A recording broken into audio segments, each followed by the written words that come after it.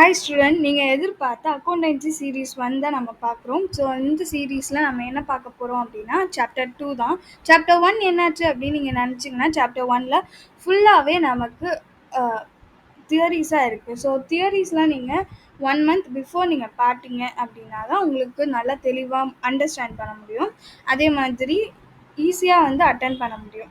So chapter 2ல் practical சம்ஸ்லாம் என்னென்ன இருக்குங்கிறத ஃபர்ஸ்ட் பார்க்கலாம். Journal entries, trial balance, rectification of errors, capital and revenue receipt, cash book, subsidiary book. So இந்த எல்லாமே நம்ம பார்க்கணும். இந்த சீரீஸில் நம்ம ஜேர்னல் என்ட்ரிஸ் பார்க்க போகிறோம். ஸோ இந்த ஜேர்னல் என்ட்ரிஸ் பார்த்தீங்கன்னா நீங்கள் நினைக்கிற மாதிரி பேசிக்ஸாக இருக்க போகிறது இல்லை. அதாவது 11th 12th படித்த மாதிரி கிடையாது. இது only related to GST and in exam point of வியூவில் தான் இருக்க போகுது. ஸோ வாங்க எப்படி இருக்குன்னு பார்க்கலாம். ஸோ ஃபஸ்ட்டு ஃபார்மேட் பார்க்கலாம். பர்ச்சேஸ் அண்ட் சேலில் எப்படி நம்ம ஜிஎஸ்டியோட ஜேர்னல் என்ட்ரியை போடணும் அப்படிங்கிறத பார்க்கலாம். So purchase account debtor excluding GST இல்லாமல் பர்ச்சேஸ் வேல்யூ, அதாவது நீங்கள் ஒரு பொருள் வாங்குறீங்கன்னா அந்த பொருளோட வேல்யூ தான் இந்த பர்ச்சேஸ் அக்கௌண்ட்டுக்கு நேராக நீங்கள் போடணும். அதுக்கப்புறம் input CGST, SGST, IGST. So அந்த கொஷினில் கொடுத்துருப்பாங்க எதுக்கெல்லாம் எத்தனை பர்சன்டேஜ். ஸோ மோஸ்ட்டாக நமக்கு வர்றது சிஜிஎஸ்டி அண்ட் எஸ்ஜிஎஸ்டி தான். ஸோ ஐஜிஎஸ்டி ஏதாவது ஒரு கேஸில் தான் வரும். அதே மாதிரி ரெண்டுமே சேம் பர்சன்டேஜில் தான் இருக்கும். இப்போ சிஜிஎஸ்டி 6%, எஸ்ஜிஎஸ்டியும் 6% தான் இருக்கும். ஸோ அதையும் நீங்கள் பார்த்துக்கோங்க. 2 கிரெடிட்டார், கேஷ், பேங்க்கு. ஏன் இந்த 3 கொடுத்துருக்கேன் அப்படின்னா, ஒன்று நம்ம பர்ச்சேஸ் பண்ணதுக்கு கேஷை கொடுத்துட்டோம், பே பண்ணிட்டோன்னா 2 கேஷ் அக்கௌண்ட்டுன்னு போடணும். இல்லை நம்ம செக்காக பே பண்ணியிருந்தோம் அப்படின்னா 2 பேங்க் அக்கௌண்ட் போடணும். இல்லை நம்ம கடனில் வாங்கியிருக்கோம் அப்படின்னா அந்த கிரெடிட்டாரோட நேமை போட்டுருணும். சில கொஷின்ஸில் கிரெடிட்டாரோட நேமை ஸ்பெசிஃபிக்காக சொல்லியிருப்பாங்க, சில கொஷினில் சொல்ல மாட்டாங்க. சொல்லாத கொஷினுக்குலாம் நம்ம என்ன அஸ்யூம் பண்ணிக்கணும் அப்படின்னா பே பண்ணிட்டோம் அப்படின்னு அஸ்யூம் பண்ணிக்கணும். இப்போ சொல்லியிருக்காங்க, இந்த கிரெடிட்டாரோட நேமை மென்ஷன் பண்ணியிருக்காங்கன்னா நம்ம கிரெடிட்டில் பண்ணியிருக்கோம் அப்படின்னு நம்ம சொல்லிடணும். கிரெடிட்டில் அந்த பர்ச்சேஸ் நடந்துருக்கு அப்படின்னு அஷ்யூம் பண்ணிக்கணும். ஸோ அதே மாதிரி தான் சேல்ஸ்லேயும். சேல்ஸுக்கு நமக்கே தெரியும் இல்லையா, கேஷ் அக்கௌண்ட் டெக்டார் டு சேல்ஸ்ன்னு போடுவோம். ஆனால் இங்கே அவுட்புட் சிஜிஎஸ்டி, அவுட்புட் எஸ்டிஎஸ்டி அதே தான் வருது. ஸோ இங்கேயும் பார்த்தீங்கன்னா சேல்ஸுக்கு நமக்கு கேஷ் ரிசீவ் ஆச்சுன்னா கேஷ் போடணும், செக் மூலியமாக ரிசீவ் ஆச்சுன்னா பேங்க்குன்னு போடணும். இல்லை உங்களுக்கு கடனில் நம்ம சேல் பண்ணியிருக்கோம், அதாவது கிரெடிட் சேல் பண்ணியிருக்கோம் அப்படின்னா அந்த டெப்டாரோட நேம் ஸ்பெசிஃபிக்காக சொல்லலை அப்படின்னா டெப்டார் அக்கௌண்ட் அப்படின்னு போட்டுருணும்.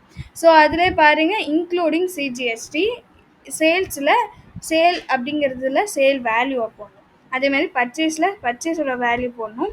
கிரெடிட்டாருக்கு அந்த ஹோல் வேல்யூ அந்த ஜிஎஸ்டியோட ஆட் பண்ணி நம்ம சொல்லணும். ஓகேவா? அடுத்து பார்த்தீங்க அப்படின்னா purchase return and sales return பார்க்க போகிறோம். So purchase return and sales return, அதாவது எப்படின்னா நம்மக்கிட்டேருந்து ஒருத்தவங்க வாங்கியிருக்காங்க, அதை ரிட்டர்ன் பண்ணுறாங்க அப்படின்னா அது சேல்ஸ் ரிட்டர்ன்.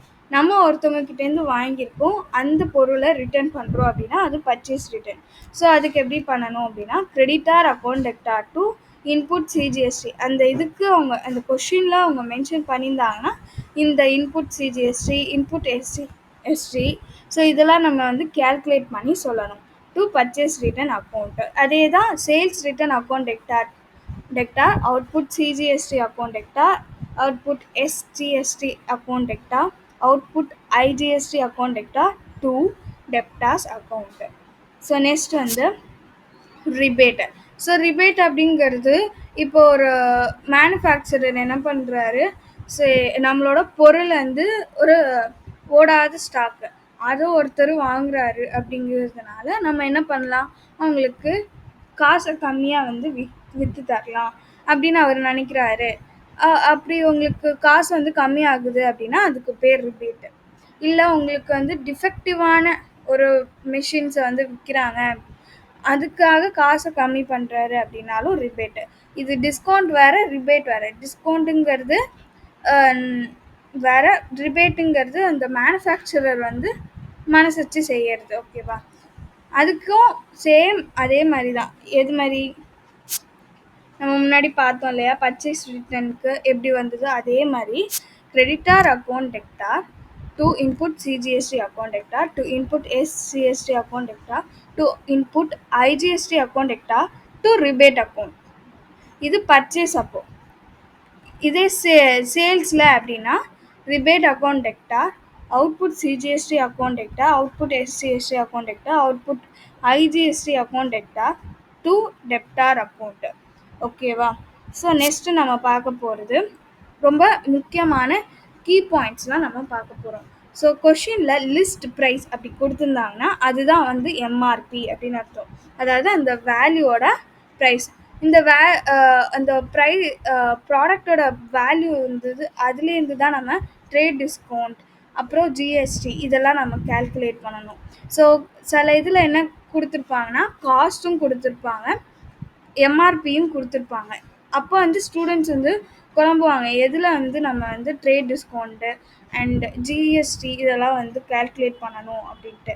ஸோ அப்போ வந்து லிஸ்ட் ப்ரைஸ், எது லிஸ்ட் ப்ரைஸோ அதை பார்த்து அதில் தான் ட்ரேட் டிஸ்கவுண்ட் ஜிஎஸ்டி எல்லாமே வந்து நீங்கள் கேல்குலேட் பண்ணணும்.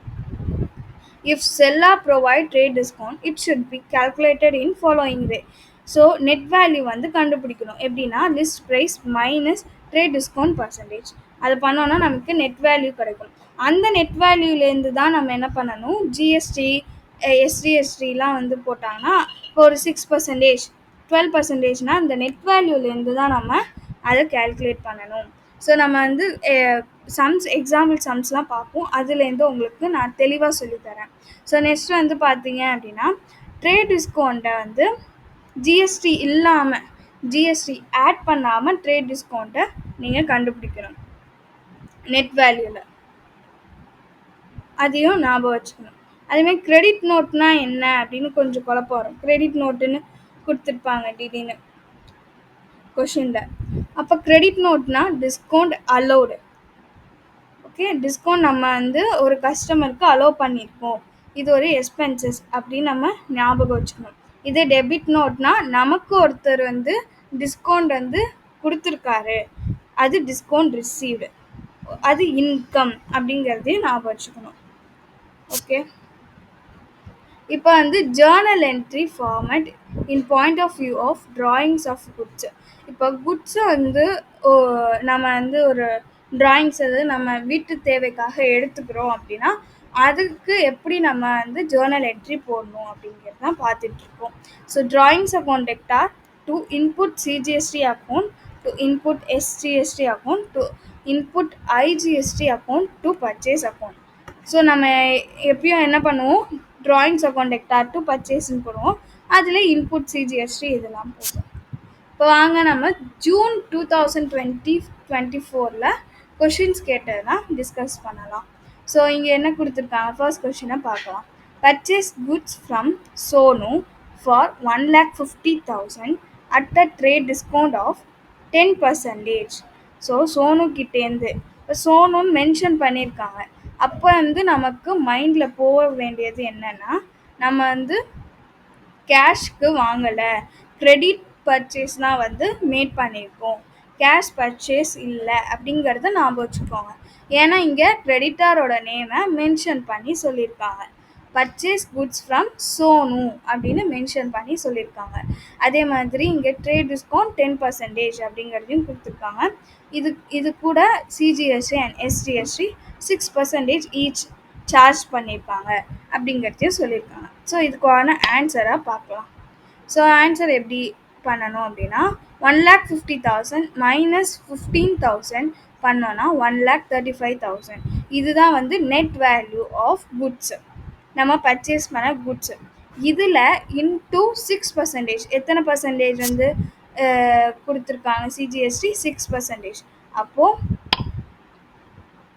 1,35,000 into 6%, திருப்பி 1,35,000 into 6% பண்ணோன்னா 8,100 வருது. இதுதான் வந்து சிஜிஎஸ்டி அண்ட் எஸ்டிஎஸ்டியோட வேல்யூ. ஓகேவா? இப்போ purchase account debtor 1,35,000, input CGST account debtor 8,100, input SGST account debtor 8,100 to Sono account 1,51,200. இதெல்லாம் ஆட் பண்ணோன்னா எவ்வளோ வரும், 1,51,200. அதை சோனு அவருக்கு கொடுக்கணும் அப்படிங்கிற இதில் எழுதி வச்சாச்சு. ஓகே, இது புரிஞ்சிருக்கும்னு நினைக்கிறேன். இப்போ செகண்ட் சம் போகலாம். Sold goods to Mohit. இங்கேயும் வந்து டெப்டாரோட நேமை மென்ஷன் பண்ணி சொல்லியிருக்காங்க. அப்போ இது கிரெடிட் சேலாக இருக்கும். ஓகே, இன்னும் ஃபுல்லாக நம்ம படிக்கலை, பட் இருந்தாலும் பார்க்கும்போதே நம்ம புரிஞ்சுக்கணும்.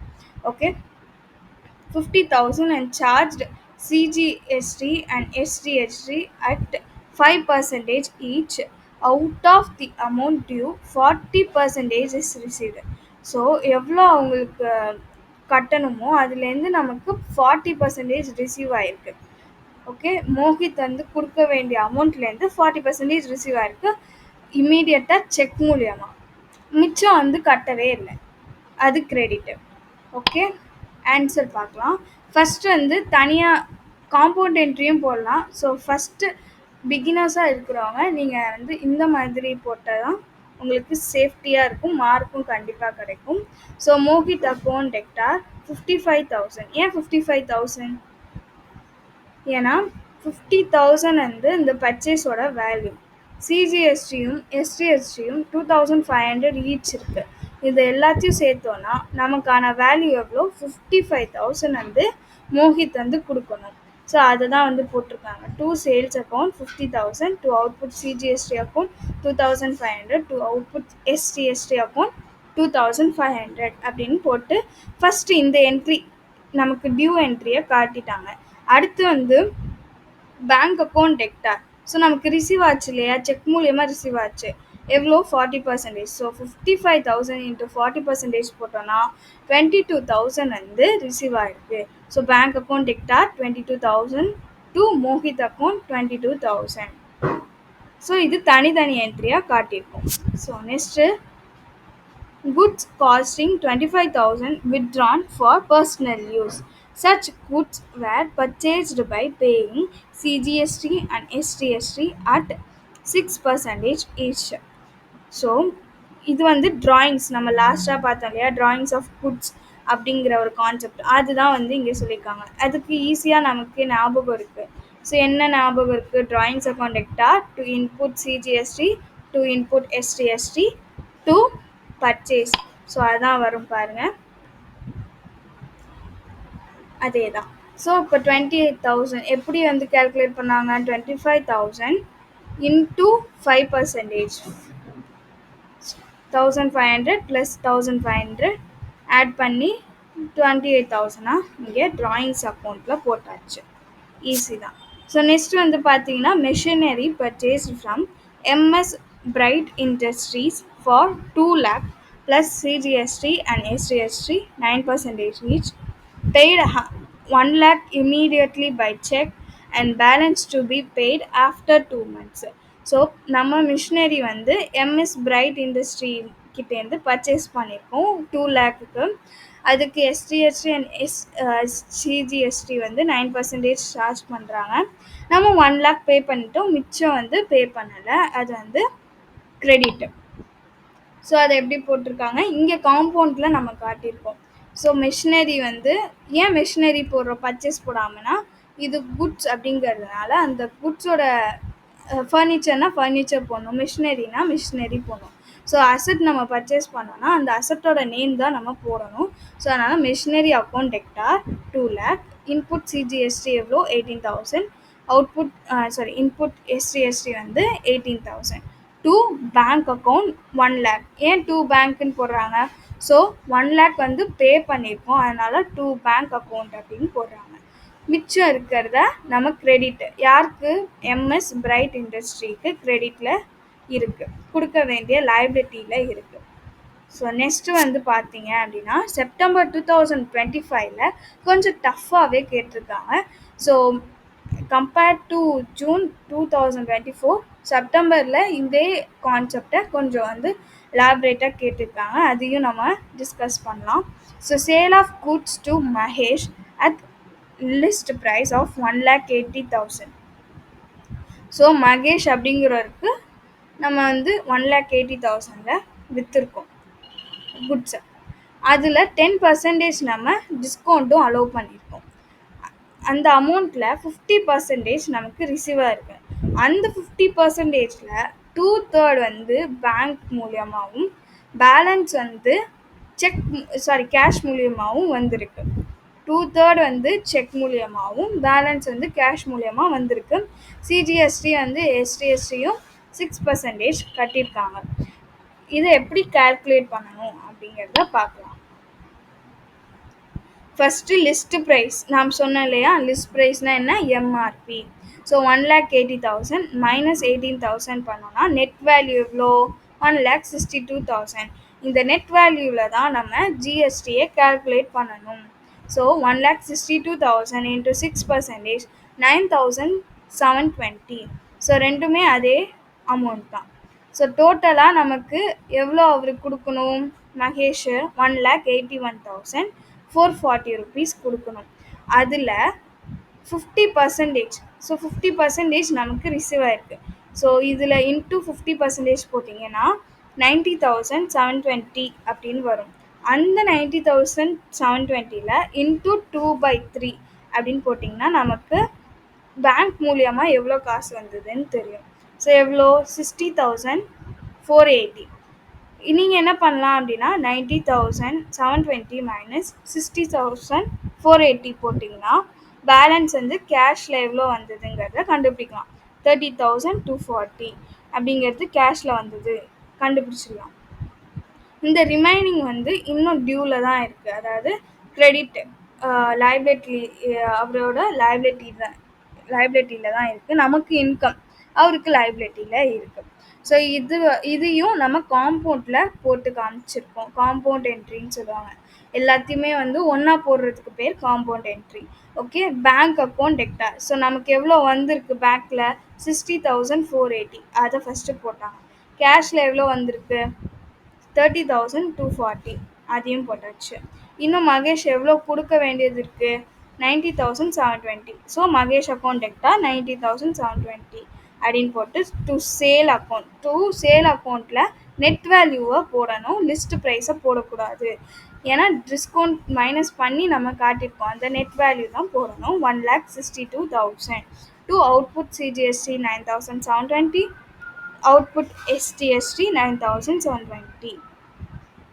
ஸோ இந்த கொஷின் புரிஞ்சிருக்கும்னு நினைக்கிறேன். ஸோ ஃபஸ்ட் கொஷினே சூப்பராக இருக்கு இல்லையா.